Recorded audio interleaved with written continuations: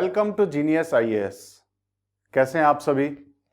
हमारी इस MCQ series में जहां पे हम 20,000 प्लस एमसीक्यूज आपके कराने वाले हैं, जो हमारे प्रीवियस ईयर क्वेश्चंस में कई बार रिपीट हुए हैं या बार बार आते रहते हैं, जिनके आने की संभावनाएं बनी रहती हैं। तो 20,000 प्लस क्वेश्चंस हम इस सीरीज के द्वारा आपके कराएंगे, सभी सब्जेक्ट्स के मिला के। तो हमारा ये जो सीरीज है जिसमें मैं आपको लेके चलूंगा, वो आपके एनवायरनमेंट एंड इकोलॉजी के रिलेटेड जितने भी एमसीक्यूज होंगे वो मैं आपके सॉल्व करवाऊंगा। तो इसको हम शुरू करते हैं और आज देखते हैं। इसका पहला हमारा लेक्चर रहेगा हमारे एनवायरनमेंट एंड इकोलॉजिकल जो एमसीक्यू सीरीज है। तो इसके कुछ क्वेश्चंस लेके आए हैं, तो शुरुआत करते हैं इनकी एक एक करके। हम इनको विद कॉन्सेप्ट कराएंगे क्योंकि उससे रिलेटेड भी कई सारे क्वेश्चंस पूछे जाते हैं, ताकि आपको कॉन्सेप्ट भी साथ साथ में पता लगता रहे कि ये क्यों हो रहा है। तो सबसे पहला क्वेश्चन है, the Environment Protection act of India was enacted in. Environment Protection act कब इनेक्ट किया गया था? तो इस क्वेश्चन पे जाने से पहले एक और चीज हम देखते हैं कि सेम क्वेश्चन हमारा 2014 में भी रिपीट हुआ है। In which of the following year was passed the Environment Protection Act. दोनों सेम क्वेश्चन है, लैंग्वेज चेंज है, तो ये रिपीट होता है। इसको शुरू करने से पहले मैं ये इसका थोड़ा सा बैकग्राउंड बताना चाहूंगा। जो हमारा एनवायरमेंट प्रोटेक्शन एक्ट आया, ये क्यों आया? एनवायरमेंट प्रोटेक्शन एक्ट हमारा बेसिकली आया 1972 में, और एग्जैक्टली जाएं तो 5 जून 1972, 5 जून 1972 को एक कॉन्फ्रेंस शुरू हुई पूरे वर्ल्ड लेवल पे एनवायरनमेंट को लेके। एनवायरनमेंट को ध्यान में रखते हुए पूरे वर्ल्ड में अगर हम देखें, जितने सभी वर्ल्ड के अगर हम देखें तो कहीं ना कहीं उनके रिप्रेजेंटेटिव वहां पे थे। तो यूनाइटेड नेशंस के द्वारा हम देखें ये कॉन्फ्रेंस कराई गई, जिसका नाम है United conference on human environment, और ये हुई कहां पे? स्टॉकहोम में। स्टॉकहोम में हुई, और इसको इसीलिए स्टॉकहोम कॉन्फ्रेंस के नाम से भी जाना जाता है। तो एक क्वेश्चन तो आपका डायरेक्टली ये भी आता है कि स्टॉकहोम कॉन्फ्रेंस कब हुई है, तो इसकी डेट बड़ी इंपॉर्टेंट है। 5 जून से 16 जून तक चलने वाली है। 5 जून से 16 जून तक चलने वाली है कॉन्फ्रेंस। एनवायरनमेंट के लिए सबसे पहले अगर हम कहें कि एनवायरनमेंट के लिए हमारा एक बहुत बड़ा कदम था, एनवायरनमेंट की तरफ ध्यान रखते हुए हमारा बहुत बड़ा कदम था, और इसके आगे एनवायरनमेंट से रिलेटेड बहुत सारे एक्ट आए जो बहुत ज्यादा इंपॉर्टेंट है हमारे एग्जाम्स को देखते हुए। तो सबसे पहले तो ये रहा, 5 जून से हमारा शुरू होता है, और इसीलिए ये एनवायरनमेंट की तरफ इतना बड़ा कदम था कि इसी डेट को, 5 जून को, जिस दिन ये कॉन्फ्रेंस शुरू हुई, इसी डे को हम मनाने लगे। उसके 2 साल बाद से, यानी कि 1974 से हमने मनाना शुरू कर दिया environment day. World environment day अगर हम देखें तो वर्ल्ड एनवायरनमेंट डे हमने मनाना शुरू कर दिया 1974 से। कब? 5 जून को। क्यों 5 जून को? क्योंकि 5 जून से हमारी ये कॉन्फ्रेंस शुरू हुई थी। तो ये देखो, एक ही चीज में हमने कितनी सारी चीजें पता की हैं। अब उसी के साथ अगर हम इसका आंसर देखने की कोशिश करें, तो ये इसी के आउटकम को, जो हमने एनवायरनमेंट का जो कॉन्फ्रेंस की, इसके आउटकम को इंप्लीमेंट करने के लिए इंडिया में हमने एक एक्ट पास किया इंडिया में, जिसको हम बोलते हैं एनवायरनमेंट प्रोटेक्शन एक्ट, जो कि हमारा पास हुआ 1986 में। हमारा एनवायरनमेंट प्रोटेक्शन एक्ट पास हुआ कब हुआ? 1986 में हमारा ये इनेक्ट होता है। तो ये हमें जरूर याद रखना, बहुत इंपॉर्टेंट है। इसी के साथ साथ एक और पूछा जाता है, और जिससे हम जनरली कंफ्यूज करते हैं, उसका नाम है वाइल्ड लाइफ प्रोटेक्शन एक्ट, जो कि हमारा 1972 में आया था। तो इन दोनों में डिफरेंस ध्यान रखना। एनवायरनमेंट प्रोटेक्शन एक्ट 1986 का है, तो ये भी वही है, तो इसका भी आंसर यही हो जाएगा। एनवायरनमेंट प्रोटेक्शन एक्ट 1986 का है, और वाइल्ड लाइफ प्रोटेक्शन एक्ट हमारा 1972 का है। ये थोड़ा सा ध्यान रखना। स्टॉकहोम कॉन्फ्रेंस हमारी 1972 में हुई थी, और ये किस लिए हुई थी? United nation conference on human environment. और कहां हुई थी? स्टॉकहोम पे हुई थी, ये ध्यान रखना। अब जब इस एक्ट का देखा और वाइल्ड लाइफ प्रोटेक्शन एक्ट का देखा, तो इसी एनवायरनमेंट से रिलेटेड 2 एक्ट और बड़े इंपॉर्टेंट है जो हमारे ज्यादातर पूछे जाते हैं। पहला है बायोलॉजिकल डाइवर्सिटी एक्ट, जो कि 2002 में आया। ईयर बहुत इंपॉर्टेंट है इनके। बायोलॉजिकल डाइवर्सिटी एक्ट 2002 में आया, और उसी के साथ नेशनल ग्रीन ट्रिब्यूनल्स एक्ट, इसका बहुत आपने सुना होगा। ये हमारा एनवायरनमेंट प्रोटेक्शन के लिए अगर हम देखें तो नेशनल ग्रीन ट्रिब्यूनल एक्ट जो 2010 में आया। तो ये दोनों भी हमारे इंपॉर्टेंट है। तो ये क्वेश्चन किया, इसी के साथ हमने बहुत सारी चीजें देखी। अब इसी से रिलेटेड हमारे क्वेश्चंस आएंगे और आप उसके आंसर भी कर पाओगे। तो इतनी चीजों के साथ हम आगे चलते हैं और अगले क्वेश्चन की तरफ बढ़ते हैं। Environment environment refers to, environment होता क्या है, एनवायरमेंट क्या है। तो इसको करने से पहले हम थोड़ा सा इसका देख लेते हैं डेफिनेशन क्या है एनवायरमेंट की। तो एनवायरमेंट क्या है, एनवायरमेंट हमारा नेचुरल कंपोनेंट है, हमारा नेचुरल प्राकृतिक कंपोनेंट है, जो प्रकृति हमें दे रही है। वो हमारे आसपास का जो एरिया उसे हम एनवायरमेंट बोल रहे हैं, जिसके अंतर्गत बायोटिक है। बायोटिक क्या होता है, बायोटिक क्या होता है, बायोटिक हमारा लिविंग बीइंग जितने भी होते हैं वो बायोटिक कंपोनेंट्स होते हैं। बायोटिक लिविंग से रिलेटेड होते हैं, एबायोटिक नॉन लिविंग से रिलेटेड होते हैं। ध्यान रखना, बायो का मीनिंग होता है लाइफ। अगर हम इसमें बायोटिक में देखें तो बायो का मतलब होता है लाइफ,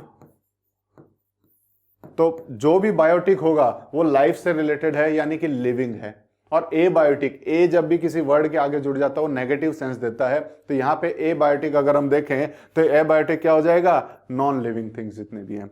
तो हमारे नेचुरल कंपोनेंट में अगर हम देखें, हमारे नेचुरल कंपोनेंट हमारे आसपास जितने भी बायोटिक कंपोनेंट हैं, एबायोटिक हैं, क्लाइमेट है, जो अगर हम देखें लिविंग थिंग में तो प्लांट एनिमल सब कुछ आ जाएगा।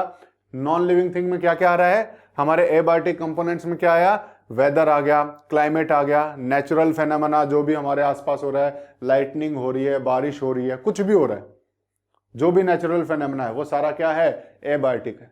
बायोटिक में क्या क्या आएगा, जितने भी प्लांट्स हैं, एनिमल्स हैं, बैक्टीरियाज हैं, जो भी लिविंग थिंग्स हैं वो सब हमारे बायोटिक में आ गए, और नॉन लिविंग थिंग्स हमारे एबायोटिक में आ गए। तो ये सारे फैक्टर्स हमारे आसपास के, ये सारे फैक्टर चाहे वो बायोटिक हो चाहे एबायोटिक हो, ये सारे फैक्टर्स और इनके बीच का जो इंटरेक्शन है, interaction among themselves with each other, चाहे वो बायोटिक के बीच में हो चाहे एबायोटिक के बीच में हो, या बायोटिक और एबायोटिक के बीच में हो, किसी के बीच में भी किसी भी तरह का इंटरेक्शन हो रहा है, वो सब हमारे एनवायरनमेंट का पार्ट है।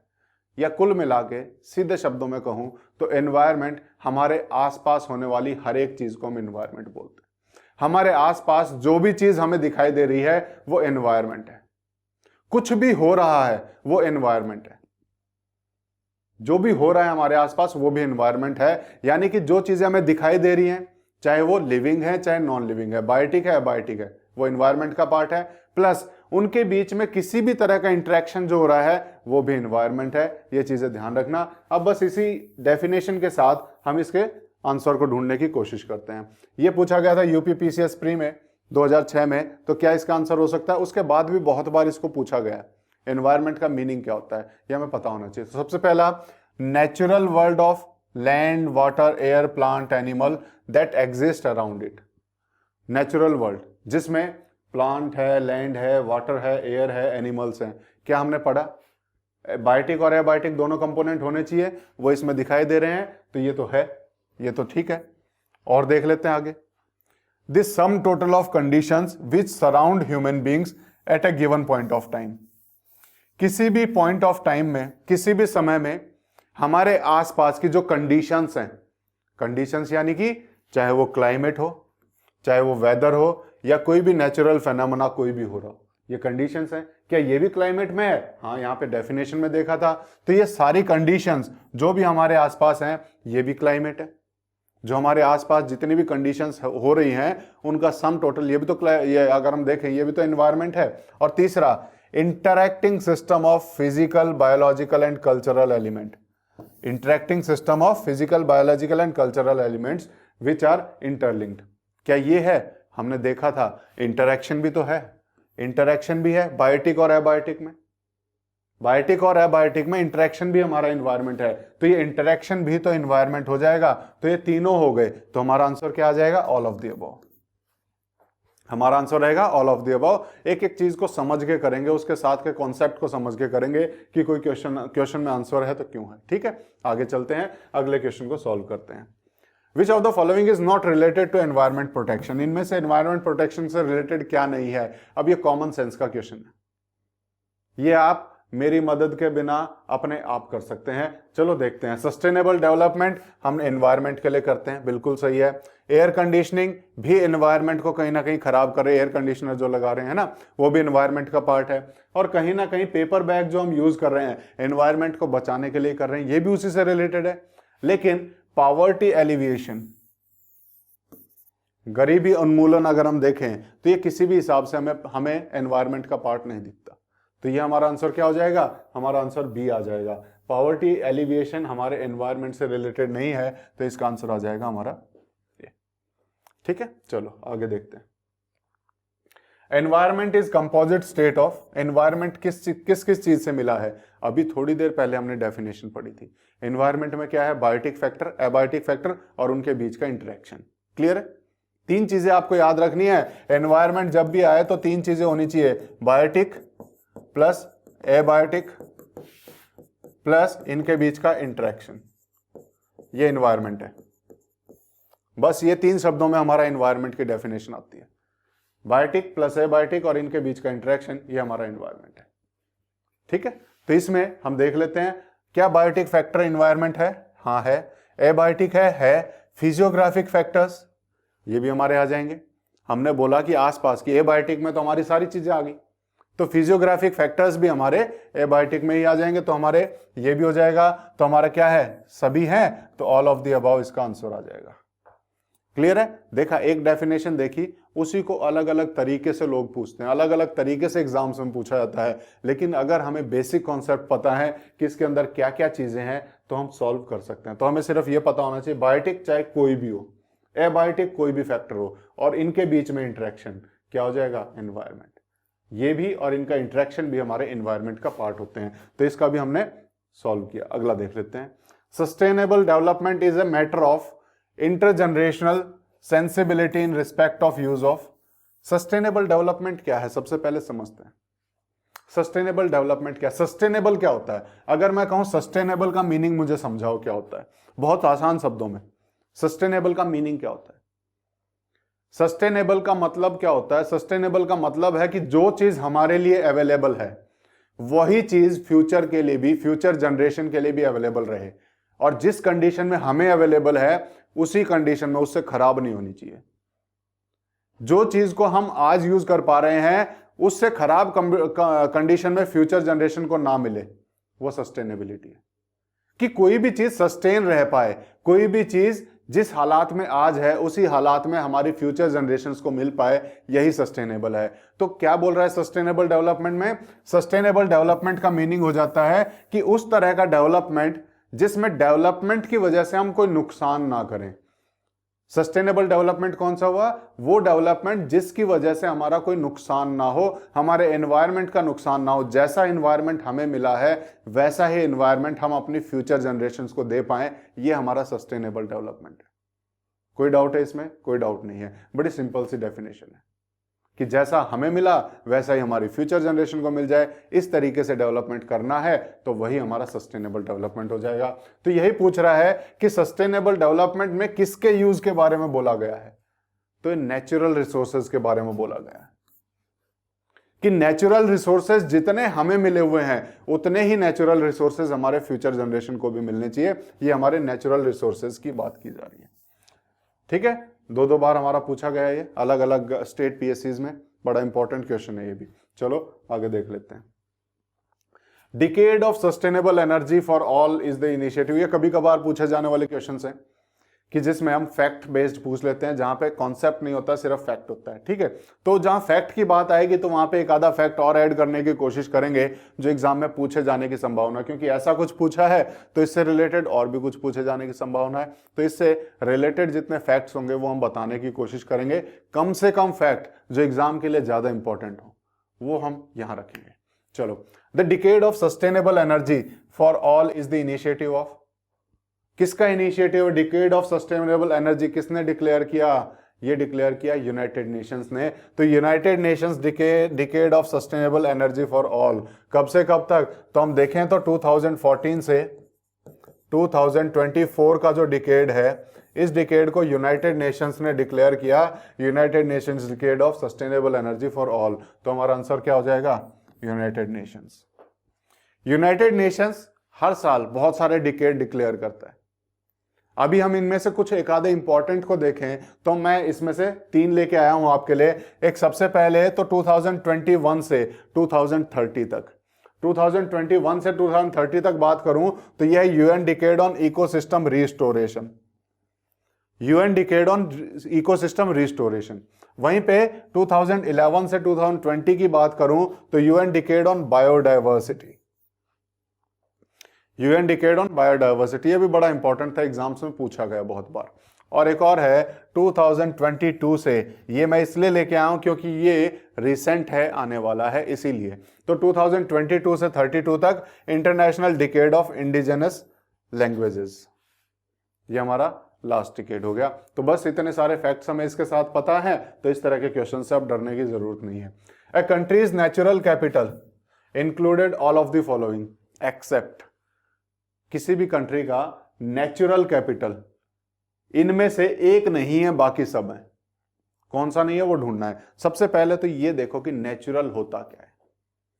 दो कंपोनेंट होते हैं एनवायरनमेंट में। अगर मैं एनवायरनमेंट की बात करूं तो एनवायरनमेंट के दो कंपोनेंट होते हैं हमेशा। एक कंपोनेंट होता है नेचुरल और दूसरा होता है मैन मेड।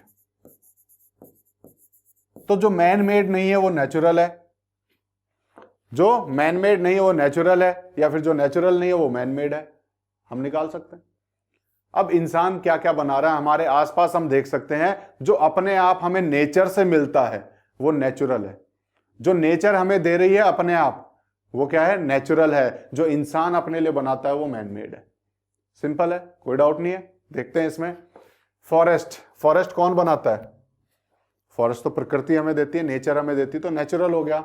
वाटर नेचर से मिलता है, मिनरल्स नेचर से मिलते हैं, रोड हमें कभी बना के देती है प्रकृति। कभी हम कहीं गए वहां पर रोड नहीं मिला तो प्रकृति नेचर क्यों नहीं बना देता, ये इंसान बनाता है अपने लिए। तो ये हमारा मैन मेड हो जाएगा, ये हमारा नेचुरल नहीं है।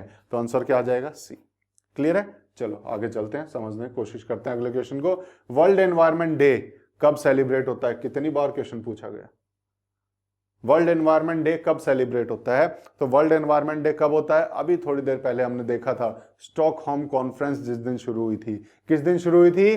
5 जून 1972 को स्टॉकहोम कॉन्फ्रेंस हमारी शुरू हुई थी। और इसी के जस्ट दो साल बाद से, यानी कि 1974 से हम वर्ल्ड एनवायरनमेंट डे मनाना शुरू कर दिया 5 जून को, इस स्टॉकहोम कॉन्फ्रेंस की वजह से, जिस दिन ये शुरू हुई थी। तो कब हुआ? 5 जून। तो ये 5 जून हमें पता होना चाहिए, किसकी वजह से? इस कॉन्फ्रेंस की वजह से, United nation conference on human environment. कब है इसका आंसर? इसका आंसर हो जाएगा 5 जून। कोई डाउट है? नहीं। चलो आगे चलते हैं। Main role of solar radiation इनमें से सोलर रेडिएशन का सबसे ज्यादा रोल यानी मेन रोल किसमें है? तो अगर हम देखें कार्बन साइकिल, अब हर एक साइकिल मैं जानबूझ के नहीं लेके आया हूं क्योंकि अगर मैं साइकिल बताने लग जाऊं तो ये पूरा चैप्टर हो जाएगा, ये कॉन्सेप्ट सीरीज नहीं रहेगी, एमसीक्यू सीरीज नहीं रहेगी, है ना। तो इसीलिए इसको मैंने छोड़ दिया। जब इससे रिलेटेड टॉपिक आएंगे तो वहां पे हम साइकिल्स भी देखेंगे। कार्बन साइकिल में कितना यूज है देखेंगे, हाइड्रोजन साइकिल में कितना यूज है, वाटर साइकिल में कितना यूज है, और नाइट्रोजन साइकिल में कितना यूज है। आपको क्या लगता है इन चारों में से सबसे ज्यादा सन का कहां यूज होता होगा? कहां यूज होता होगा? बिल्कुल सही, वाटर साइकिल इसका सही इसका आंसर है। क्योंकि पानी का जो साइकिल है, वाटर का जो साइकिल है, वो कैसे होता है कि यहाँ पे ओशियन में जो पानी है वो ऊपर एटमॉस्फेयर में जाएगा, हाइड्रोस्फेयर से एटमॉस्फेयर में जाता है, और एटमॉस्फेयर से फिर से यहाँ पे लिथोस्फेयर पे आता है, और लिथोस्फेयर से बह के फिर से हाइड्रोस्फेयर में पहुंच जाता है। ये हमारी वाटर साइकिल है। बड़े सिंपल, मैंने बहुत सिंपल रखा है चीजों को, बहुत ज्यादा कॉम्प्लिकेटेड करके नहीं। हाइड्रोस्फेयर यानी कि जो पानी का बहुत एरिया होता है, ओशियन, सीज, रिवर्स, यहां से भाप बन के उड़ता है, तो यहां से इवेपोरेशन होता है। और इवेपोरेशन किसकी मदद से होगा? सन की मदद से होगा। जाएगा एटमॉस्फेयर में, वहां जाके बादल बनेंगे, और बादल होने के बाद फिर से रेन शुरू हो जाएगी, और रेन शुरू होने के बाद वापस से लिथोस्फेयर यानी कि हमारे जमीन पे आएगा, जमीन से नदियों के सारे फिर से ओशन और सीज में चले जाएगा, एक साइकिल बन गई। तो यहाँ पे ये एनवायरनमेंट में कब जाएगा? ये एटमॉस्फेयर में जाएगा कैसे? जब तक सन नहीं होगा। तो सन नहीं होगा तो इवेपोरेशन नहीं होगा, वाटर साइकिल कंप्लीट नहीं हो पाएगी। तो इसीलिए वाटर साइकिल का सबसे मेन कंपोनेंट अगर हम देखें तो हमारा क्या है? सन, सोलर रेडिएशन, हमें सबसे ज्यादा जरूरत होती है वाटर साइकिल में। ठीक है, चलो।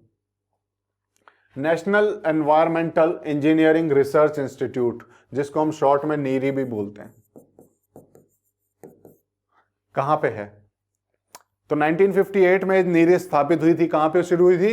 ये नागपुर में, हम कहेंगे नागपुर में है। ये किसका है? बेसिकली CSIR का एक पार्ट है और ministry of science and technology के अंडर वर्क करता है। बस इतना से इसके बारे में पता होना चाहिए। बड़ा फैक्चुअल सा क्वेश्चन है और कई बार पूछा भी गया है, तो इसीलिए ये पता होना चाहिए हमें, ठीक है। तो बेसिकली नीरी अगर हम देखें, national environmental engineering research institute हमारे नागपुर में स्थापित हुई है। और नागपुर में कहां पे? ये CSIR का एक पार्ट है और मिनिस्ट्री ऑफ साइंस और टेक्नोलॉजी के अंडर वर्क करता है। इतना पता है, बहुत है। आप इस क्वेश्चन को सॉल्व कर पाएंगे आगे। चलो आगे देखते हैं। What is important for sustainable development? Sustainable development के लिए क्या इंपॉर्टेंट है? तो इसमें अगर हम देखें एक एक को, सस्टेनेबल डेवलपमेंट क्या था, अभी थोड़ी देर पहले बताया कि जो नेचुरल सोर्सेज हमारे पास अवेलेबल है, वही नेचुरल रिसोर्सेज हम अपने फ्यूचर जनरेशन के लिए भी छोड़ जाएं, और उसी हालात में, बिगड़े हुए हालात में नहीं, उसी हालात में या उससे अच्छे हालात में अगर हम छोड़ जा रहे हैं, तो वो सस्टेनेबल डेवलपमेंट है। तो इसमें से क्या इंपॉर्टेंट है सस्टेनेबल डेवलपमेंट के लिए? हमें बायोलॉजिकल डाइवर्सिटी को कंजर्व करना चाहिए क्या? बिल्कुल करना चाहिए, तभी तो हम सस्टेन कर पाएंगे किसी चीज को। तो ये सस्टेनेंस के लिए बड़ा जरूरी है कि हम कंजर्व करें बायोलॉजिकल डाइवर्सिटी को। Prevention and control of pollution, जब तक हम पॉल्यूशन कंट्रोल नहीं करेंगे तब तक अपने नेचुरल एनवायरनमेंट को कैसे बचाएंगे, कैसे सस्टेन रखेंगे? उनकी हालत खराब हो जाएगी अगर पॉल्यूशन बढ़ता रहेगा। और सस्टेनेबल डेवलपमेंट का मीनिंग होता है कि जिस हालात में हमारे पास है उससे खराब नहीं होना चाहिए, ठीक है। तो ये पॉल्यूशन भी हमें क्या करना है? प्रिवेंशन करना है। डिक्रीजिंग पॉवर्टी, बिल्कुल सही। पॉवर्टी को डिक्रीज नहीं करेंगे तो जो पॉवर्टी में जो लोग हैं ये अपने जीवन यापन के लिए कहीं ना कहीं एनवायरमेंटल रिसोर्सेज का ज्यादा यूज करेंगे। लकड़ी लाएंगे, लकड़ी को जलाएंगे, फॉरेस्ट को काट के रहने लगेंगे, है ना। तो कहीं ना कहीं पॉवर्टी भी किसी ना किसी तरीके से हम देखेंगे सस्टेनेबल डेवलपमेंट को हमारे हैम्पर करती है, नुकसान पहुंचाती है। तो इसीलिए डिक्रीजिंग पॉवर्टी भी इसी का एक पार्ट है। तो ये तीनों इसके पार्ट हो गए, तो आंसर क्या हो जाएगा? ऑल ऑफ द अबव, ठीक है। चलो आगे देखते हैं। What was the title of Rio 20 declaration? Rio 20 declaration का टाइटल क्या था और ये रियो 20 क्या है? रियो -20 क्या है? बेसिकली रियो -20 लिखा हुआ है, अदरवाइज इसको रियो +20 लिखते हैं। इसका एक्चुअल नाम अगर हम देखें तो रियो +20 हो जाता है। रियो बेसिकली अगर हम देखेंगे अर्थ समिट था, ठीक है। रियो डे जेनेरियो में जो हुआ फर्स्ट अर्थ समिट 1992 में, वहां से हम शुरुआत करते हैं, उसको हम रियो बेसिकली अर्थ समिट बोलते हैं, जो 1992 में हुआ था। और उसी से हम साल जोड़ते हैं। 97 में जो हुआ उसे रियो +5 बोलते हैं। 2012 में जो हुआ उसे रियो 2002 में जो हुआ उसे रियो +10 बोलते हैं। और 2012 में जो अर्थ समिट हुआ उसे रियो +20 बोलते हैं। तो ये रियो +20 की बात है, यानी कि 2012 में जो हमारा अर्थ समिट हुआ उसकी बात चल रही है। उसका टाइटल क्या था ये एक ही बार पूछा गया है। तो ये इस टाइप के अगर हम देखें तो एक आधे हमें देखने पड़ेंगे। और इसका अगर हम वैसे भी कॉमन सेंस से देखें तो यहां पे अगर हम देखें कौन सा हमें लग रहा है, फ्यूचर वी सी का कोई मतलब नहीं है ना, फ्यूचर हम देख सकते हैं नहीं, ठीक है। फ्यूचर वी हैव, जो फ्यूचर हमारा है, जब हमारे हाथ में ही नहीं है तो हम किस लिए कर रहे हैं कॉन्फ्रेंस, है ना। हम कुछ करना चाहते हैं नेचर में, क्या करना चाहते हैं? द फ्यूचर वी वांट, जो फ्यूचर हमें चाहिए उसके लिए हम क्या करें, उसके लिए कॉन्फ्रेंस कर रहे हैं, यहाँ डिसाइड कर रहे हैं बैठ के कि जो हमें फ्यूचर चाहिए उसमें हम क्या करें। तो बेसिकली इसका आंसर यही था, द फ्यूचर वी वांट। चलो, the first earth summit was held at, अभी थोड़ी देर पहले बताया मैंने, फर्स्ट अर्थ समिट कब हुआ था? 1992 में हुआ था। कहां पे? रियो डे जेनेरियो में। कहां पे हुआ था? अभी थोड़ी देर पहले बताया, रियो डे जेनेरियो में हमारा फर्स्ट अर्थ समिट हुआ था 1992 में। और यही अर्थ समिट अगर हम देखें तो हमारा 2002 का और 2012 का भी बड़ा इंपॉर्टेंट है। तो अर्थ समिट रियो +10 और रियो +20, ये तीनों बड़े इंपॉर्टेंट हैं। ये क्या क्या है देख लेते हैं। अर्थ समिट जो 1992 में हुआ, कहां हुआ? रियो डे जेनेरियो में हुआ, ये फर्स्ट था हमारा। और इसका अगर हम देखें किस नाम से था? United Nations conference on environment and development, ये हमारा फर्स्ट था। रियो +10 अर्थ समिट 2002 कहां हुआ? जोहान्सबर्ग में। और ये बेसिकली क्या है? World summit on sustainable development. और उसी के बाद रियो +20 को अगर हम देखें जो 2012 में हुआ, अगेन रियो डे जेनेरियो में हुआ है, तो ये कहां पे है, United nation conference on sustainable development. ये हमारे 3 रियो समिट्स हैं। तो फर्स्ट कहां पे है, फर्स्ट हमारा यहीं पे है, थर्ड भी यहीं पे है, सेकंड हमारा जोहान्सबर्ग में है, और यहीं पे ये कब हुआ, फर्स्ट वाला 1992, सेकंड कब होगा, तो हम देखेंगे कि सेकंड का नहीं पूछेंगे, रियो +10 पूछते हैं उसको। तो रियो +10 हमारा जोहान्सबर्ग में, रियो +20 कहां पे है, रियो +20 हमारा अगेन फिर से रियो डे जेनेरियो में। इस तरह से हमें पता होना चाहिए इसका। तो अर्थ समिट हमें पता लग गया कौन कौन से हैं। चलो आगे चलते हैं। International conference held in Rio de Janeiro, कौन सा था, अर्थ समिट था ना। तो अभी थोड़ी देर पहले हमने पढ़ा कि जो रियो डे जेनेरियो में जो अर्थ इंटरनेशनल कॉन्फ्रेंस हुआ था, एक चीज पता है, उसी को घुमा फिरा के क्वेश्चन वाले पूछते हैं। कभी पूछ लेंगे रियो समिट, कभी पूछेंगे अर्थ समिट, कभी पूछेंगे 1992 का फेमस समिट, कभी पूछेंगे इसका रियो डे जेनेरियो में जो इंटरनेशनल कॉन्फ्रेंस हुई क्या नाम है।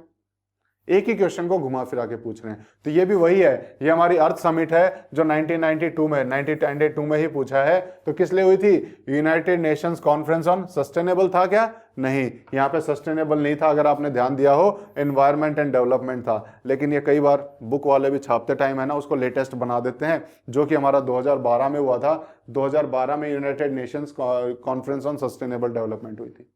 ठीक है, तो मिलेगा नाम इसी से मिलता जुलता, और कोई इससे मिलता जुलता मिलेगा नहीं, तो हमारा आंसर यह हो जाएगा। ठीक है, चलो।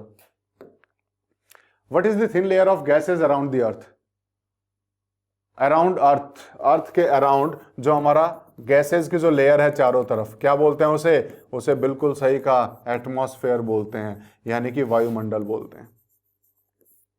क्या बोलते हैं, एटमॉस्फेयर, एटमॉस्फेयर बोलेंगे। Thin layer of gases around the अर्थ, बिल्कुल सही। हाइड्रोस्फेयर क्या है, हाइड्रोस्फेयर क्या होता है, अर्थ पे जितना भी वाटर अवेलेबल है, चाहे वो किसी भी फॉर्म में हो, वाटर किसी भी फॉर्म में अर्थ पे जो अवेलेबल है वो हाइड्रोस्फेयर का पार्ट है, यह हमें पता होना चाहिए। बायोस्फेयर क्या है, बायोस्फेयर है ऐसा एरिया, ऐसा छोटा एरिया जहां पर तीनों लेयर्स, कौन कौन सी, एटमॉस्फेयर, लिथोस्फेयर और हाइड्रोस्फेयर, जहां पे, इसको मैं थोड़ा साफ कर देता हूं ताकि हमें बायोस्फेयर भी समझ में आ जाए। एक जगह लिथोस्फेयर है, एक जगह अगर हम देखें तो क्या है, हाइड्रोस्फेयर है, और एक जगह हमारा देखें तो एटमॉस्फेयर है।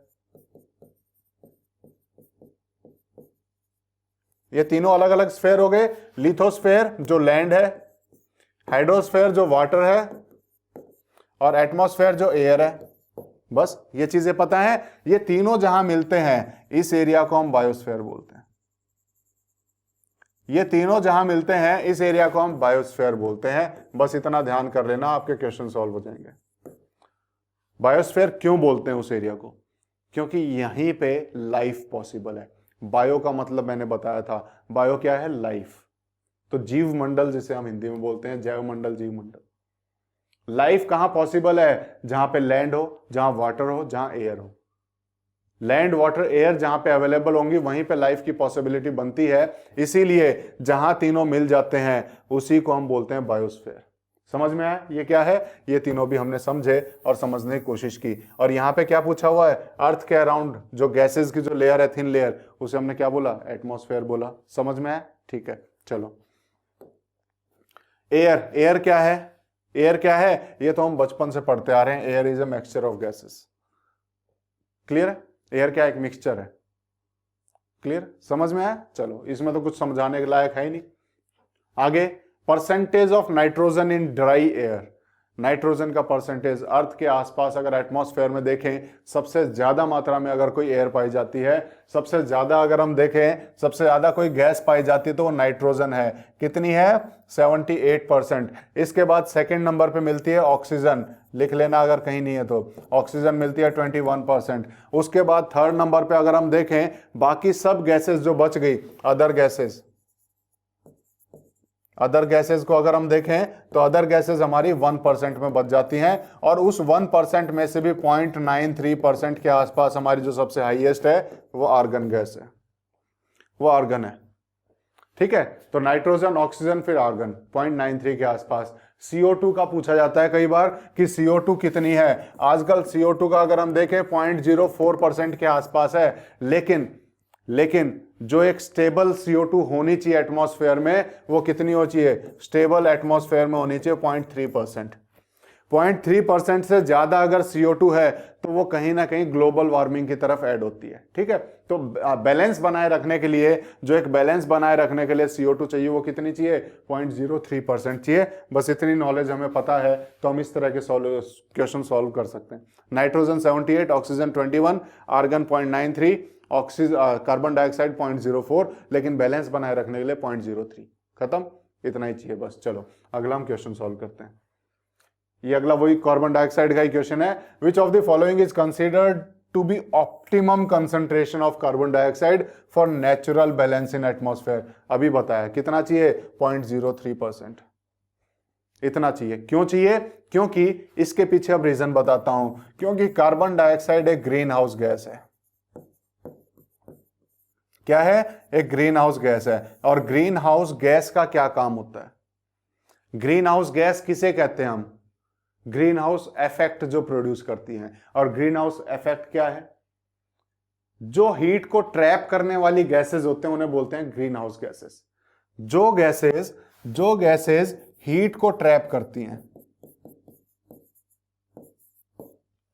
अर्थ से सन से सोलर रेडिएशन आई, सन से सोलर रेडिएशन आई, अर्थ पे गई, अर्थ से वो दोबारा से निकलती हैं, तो उस टाइम पे अगर एटमॉस्फेयर ना हो और सारी रेडिएशंस वापस चली जाएं तो क्या हमारी पृथ्वी का एटमॉस्फेयर गर्म रह पाएगा? नहीं रह पाएगा।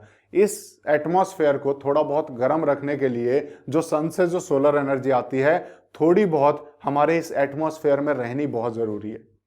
और इस एटमॉस्फेयर में उस हीट एनर्जी को बनाए रखने के लिए कुछ गैसेस हमारे एटमॉस्फेयर में ऐसी होती हैं जो उस हीट को ट्रैप करती हैं, जो उस हीट को अपने अंदर ट्रैप कर लेती हैं और उस हीट को यहां एटमॉस्फेयर से बाहर नहीं निकलने देती। उन्हीं गैसेस की वजह से हमारे अर्थ के जो चारों तरफ का जो एनवायरनमेंट है वो गर्म बना रहता है, थोड़ा बहुत गर्म रहता है।